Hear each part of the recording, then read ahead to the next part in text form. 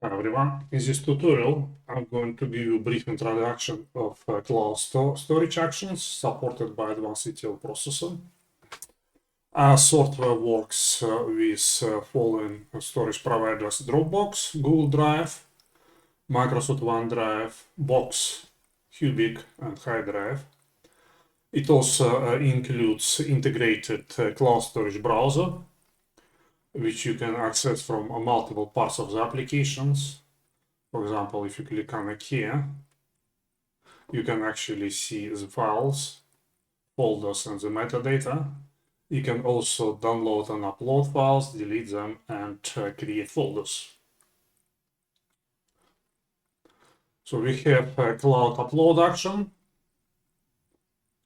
Have already selected connection, so you can see it is Dropbox. And I would like to upload this file into this remote directory. We can select remote directory using, again, using cloud browser, like this. Or we can upload into public, anyway, it doesn't matter. So let's click cancel and try running it. Some of it will fail. So we're uploading the file now. Downloading the file.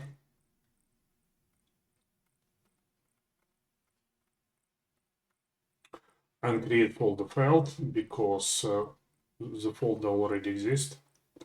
So we can, basically what we can do, we can upload files, download the files, create the folder, delete files.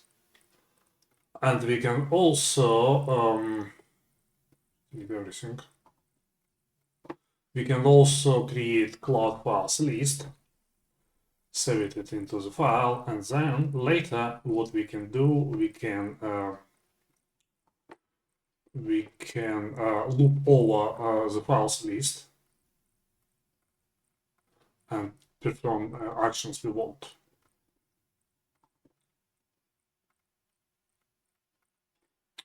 Okay, well, I hope you find this tutorial useful.